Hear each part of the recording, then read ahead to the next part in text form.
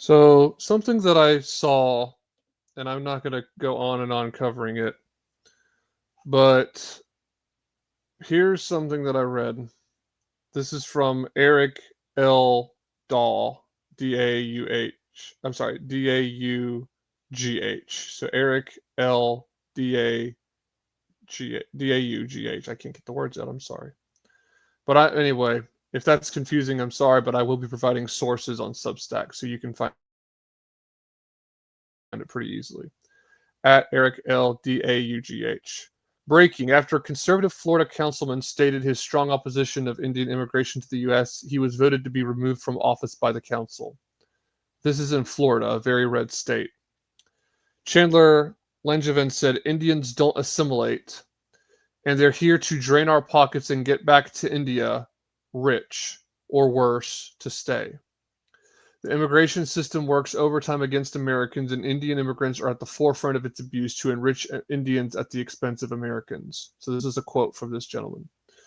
When pressed, he said, I stand by my comments. Palm Bay will not become Dallas or Dearborn. The council voted 4-1, so one person did stand up for him, formally requesting Governor Ron DeSantis remove him from office. A Democrat went off on him, saying, you brag about a proud Confederate heritage. White supremacy lost too. When you cling to that heritage, you're not showing strength, you're showing loyalty to failure.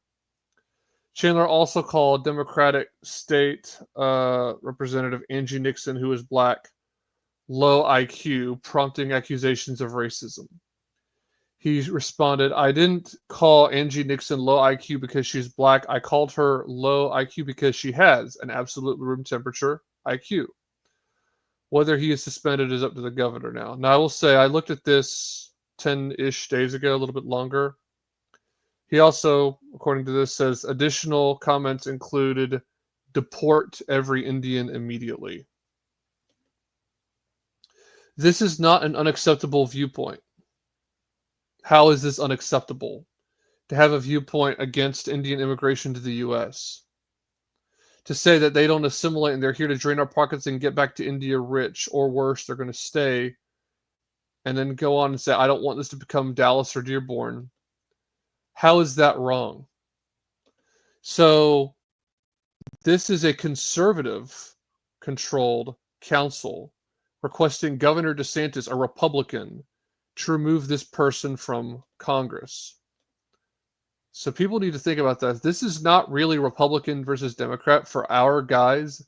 This is not Republican versus Democrat. This is right wing versus left wing. And there are left wingers in the Republican Party. And this is an example of that.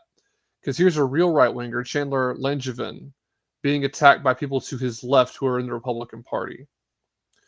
So then C.J. Engel, who, if I remember correctly, is a paleoconservative, tweeted out, and his @ is @Contra Mordor. It's basically opposed to Mordor from Lord of the Rings. Tweeted, this is an absolute outrage. Patriots need to understand that the local GOP is stacked with liberals who will rush to cancel and defeat anyone with an actual conservative vision for Heritage America. I am calling upon my Twitter friends to make this case go viral. We need full court press on shaming the local GOP in Florida into dropping this effort. At Governor Ron DeSantis, or at Gov Ron DeSantis, the nation is watching. I will never support you if you let this kind of thing slide. Americans are on the precipice of losing their country to foreigners, and your party at the local level is silencing those courageous enough to stand up. Do not stay silent. The council needs to cease and desist this war on patriotic heritage Americans.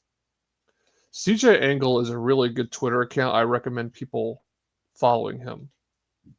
And he's right. People are tired of being replaced, their jobs being taken away, and surrendering their country.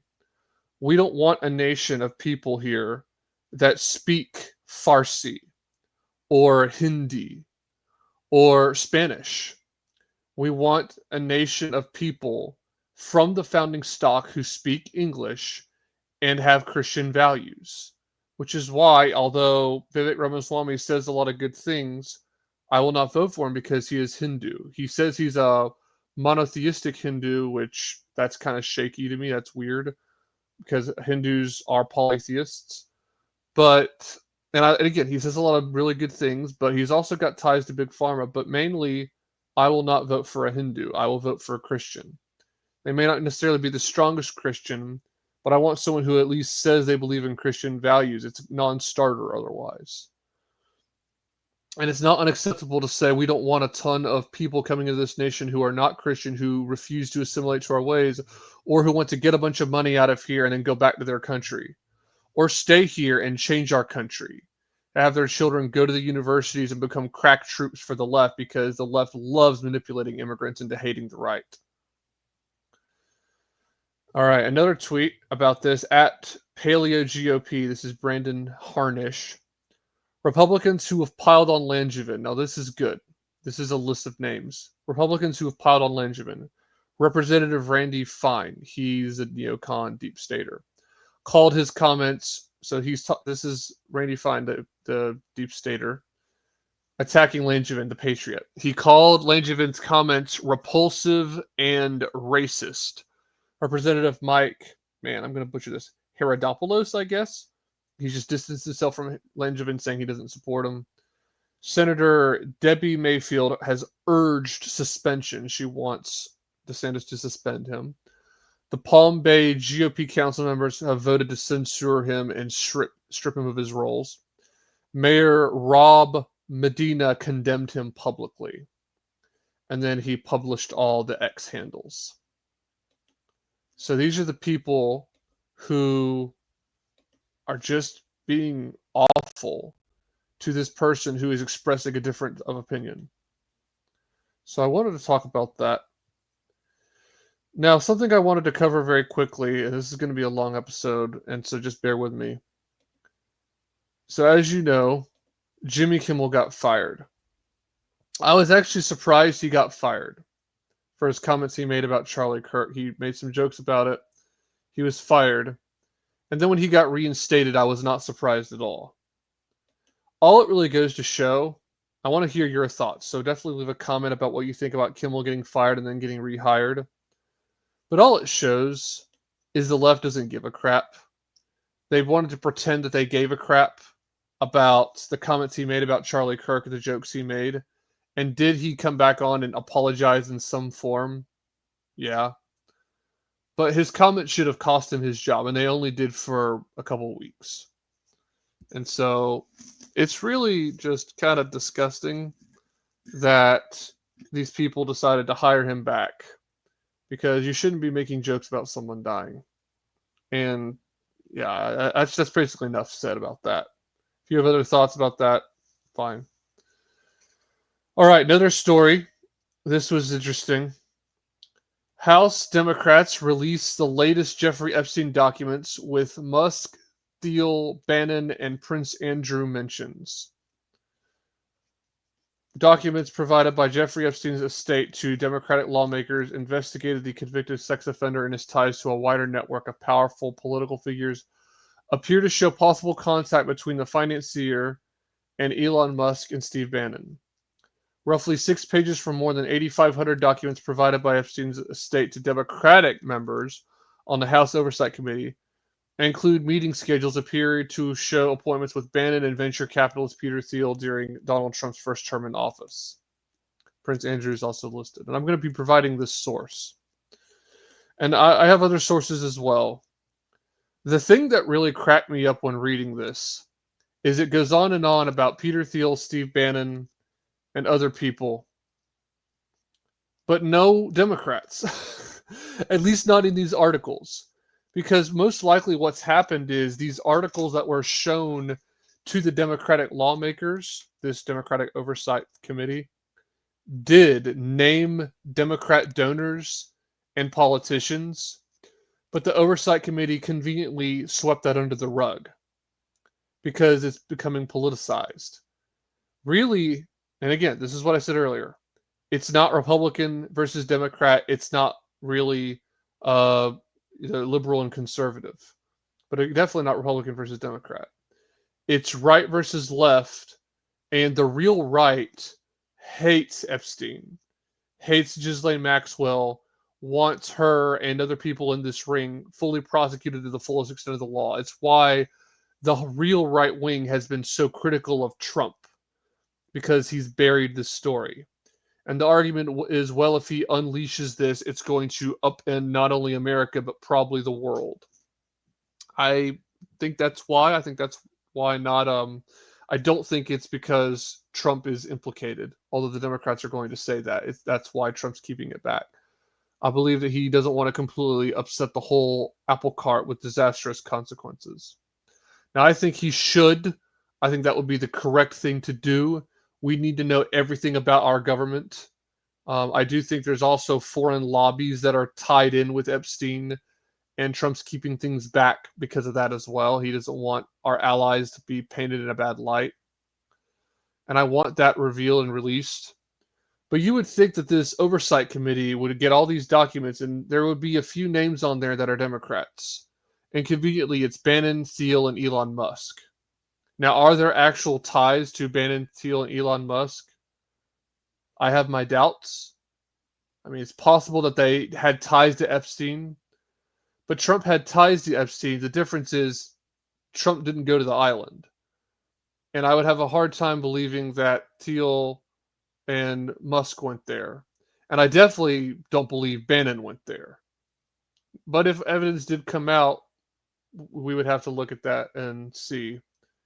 And I really want the FBI and DOJ to go after that. But do I have faith that they will? No. And here's the problem, too. The Democrats are making a big deal about Trump and the FBI and the DOJ not going after Epstein hard enough. But the next time we get a Democrat president in, they're not going to do anything either. And so they're not going to have a leg to stand on. It sinks. This is how we live. We don't have a good enough government doing enough to go after Epstein. We need that. And it's not happening, at least not now. And again, I want to be clear. I'm giving Trump until the end of his term. He could be wanting to release this in a coordinated and organized way. I pray that's what he's doing. Because justice demands it. We have got to have real justice. And that means evil people, pedophiles getting arrested and executed. Okay, next part of the podcast. Peter J. Hassan tweeted screenshots. And this has been big news from Matt Walsh over the Daily Wire, and many, many other people have been reporting about this Democratic nominee for Attorney General of, Jersey, I think.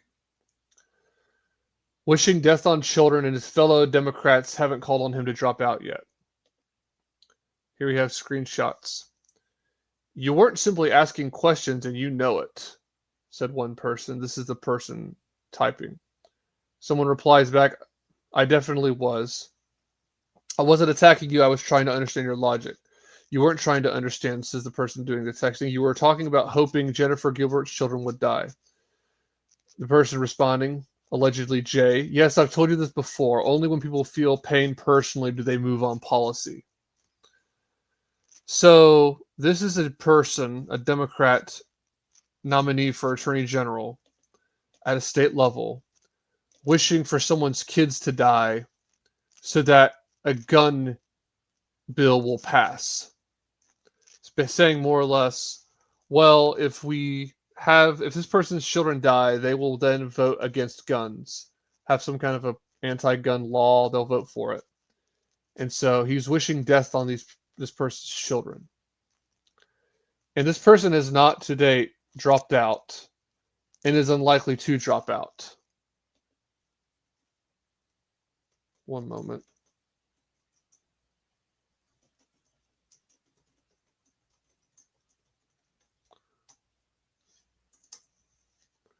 So it's Jay Jones, Virginia Attorney General candidate. I should have had that ready. I apologize. I knew it was Jay Jones. I couldn't remember his name while I was recording, though. So, Virginia Attorney General nominee Jay Jones ripped for promoting plan to keep children safe after he sent texts wishing a mother could watch kids die. So this person, allegedly in these texts, is saying that he wishes this person would die. He then said, let me be very clear, I am ashamed, I'm embarrassed, and I'm sorry. I cannot take back what I said, but you have my word that I will always be accountable for my mistakes. So I will say, maybe I said something different a minute ago, he did apologize. but he has not dropped out. And the problem is, this is an important thing to remember, this individual apologized because he was found out, not because he's actually sorry. That's an important thing to note. Okay, here in South Carolina, a USC student was murdered. Criminal illegal alien responsible for killing University of South Carolina student Nate Baker in hit and run receives just 1 year sentence. ICE vows to remove him following his prison sentence.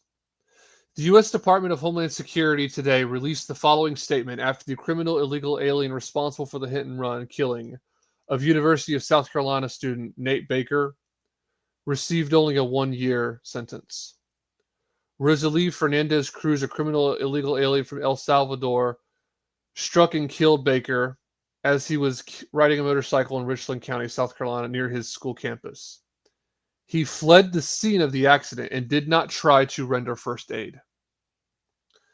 21-year-old USC student Nathaniel Nate Baker was driving a motorcycle and he was hit by a truck driver who fled the scene. The hit-and-run driver, Rosalie Isaac Fernandez Cruz, was in our country illegally and received just 1 year in prison for taking Nate's precious life.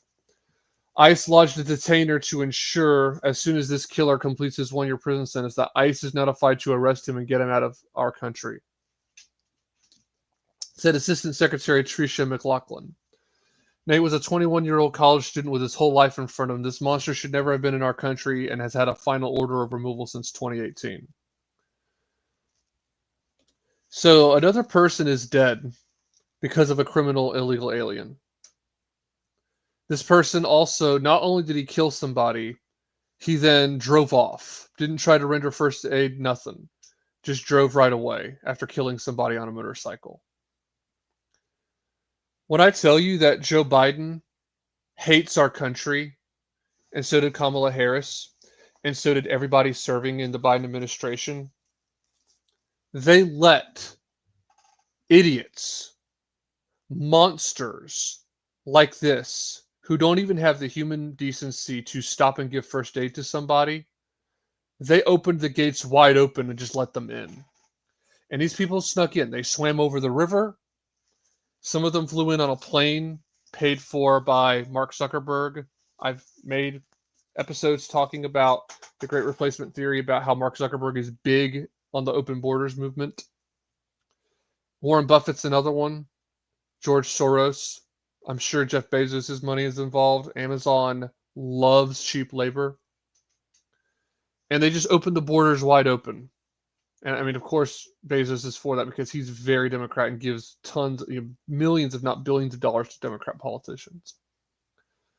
And they just decided to let in millions of people illegally, including this idiot who mowed over a person who did nothing wrong, didn't do him any wrong, and then just flees the scene. And he's getting a 1 year sentence. And on the one hand, I get it because that mindset is get out of our country. We're going to deport you. And I don't know if there's legal grounds to give him the death penalty because he technically did manslaughter. He didn't really commit murder. There's no evidence of first degree murder because it was a motor vehicle fatality.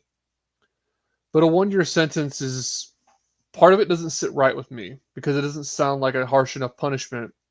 But the harsh punishment really should be get out of our country, you and your entire family. And this is, if we're not going to use this as a reason to shut down our border completely, I don't know what else we should use this. What other reason do you need? This is the biggest reason to shut down our border completely. What do you need to see? People getting mowed over and then the perpetrator just drives off. It's insane that we would ever have allowed people like this into this country. Okay, and we're starting to wind down a little bit. There was a nationwide No Kings protests that targeted Trump as crowds rally in cities from coast to coast. So a bunch of people, losers, got together. The Portland Police Bureau confirmed at least 3 people were detained Saturday after an alleged assault related to the No Kings protest in downtown Portland. One person was arrested and booked into jail, according to officials. 2 others have been detained pending investigation by PPB, so Portland Police Bureau officers. PPP shared a photo of the suspect in handcuffs near a police car, but their identity has not yet been released. The detention announcement came after tear gas was deployed to control an unruly crowd of protesters near the Portland Immigration and Customs Enforcement facility Saturday afternoon. I'm going to pause and say, I wonder if the news on the ground, this is a Fox News article I'm reading, I wonder if the news on the ground, CNN, MSNBC, called this unruly crowd mostly peaceful. It got so bad to the point that the police had to show up and use tear gas. But I wonder if the local news or the Democrat-controlled news like CNN, MSNBC said, "Oh, it's mostly peaceful." I would think that that's probably inbound. That's probably true. Police have been attempting to clear the streets, playing sound truck announcements, including, "If you stay in the street, you may be arrested or cited for applicable laws," and "Failure to comply with officer orders may subject you to crowd control measures, including impact munitions or physical force." The daytime No Kings protest, which started at 10 a.m. local time, remained peaceful, with tens of thousands marching toward Waterfront Park from various parts of the city. So on the one hand, this article says it was peaceful, but then you've also got this unruly crowd that got so bad to the point the police had to get called out with tear gas. All of the groups converged at the park, exceeding its capacity and forcing the closure of Southwest Naito Parkway between Southwest Ash Street and Southwest Morrison Street. An incident management team, which is overseen by a crowd management incident commander, was later activated. So something clearly went haywire. When you've got a bunch of left-wingers who are protesting Trump and calling him a king, something is going to go badly. Some part of this protest is going to get violent. And the bad thing is, this is the thing, right-wingers need to stay away from these. We do not need counter-protests. Let them look stupid and stay away, because you never know. One of them may shoot you. One of them may hurt you. God forbid, I don't want anyone, especially none of the people listening to this, to get hurt. But stay away from the No Kings protest. If I have any advice to you, don't go up there and make fun of them. Don't go out there and be mean to them. Stay away and let them look stupid. And then if they get violent to just regular people walking by, call the cops. If you're just walking by and someone does get in your face and someone does act like an idiot, call the police and have them get arrested. That should be it. Also, while you're at it, as I said, and this is because of Charlie Kirk being killed, that I'm recommending this, carry a weapon on you. And if someone starts to assault you, all I'm going to tell you is defend yourself. Legally, lawfully, be peaceful and de-escalate to the best extent that you can. But if you are being assaulted, defend yourself and have the means on your person to do so. That's the way the right needs to conduct themselves. I want to remind you guys, leave a comment. If it's interesting, funny, or weird enough, I might just read it during our comments and mailbag segment of the podcast. But today we don't have any. It's not that 0 made the cut. There are 0, period. But that's fine. I'm going to keep talking about the Republican group chat that got leaked and news that Hamas broke a ceasefire with Israel. But that's going to be over on Substack. So we're going to wrap up for the day. Make sure that you follow me on X, Instagram, Gab, and Telegram. It's pretty much Fog and Whirlwind everywhere. At Fog and Whirlwind on X, at Fog and Whirlwind on Gab, at just regular Fog and Whirlwind on Instagram. And Telegram is t.me/Fog and Whirlwind. And if your appetite has been whetted, go to thefoganthewhirlwind.substack.com for more. Again, I'm going to be talking about the Republican group chat that got leaked, and also the news that Hamas has broke a ceasefire with Israel. Although there are sources saying that Israel actually broke it first. So thank you guys for your support. I really appreciate it. Y'all be good, and may God be with you.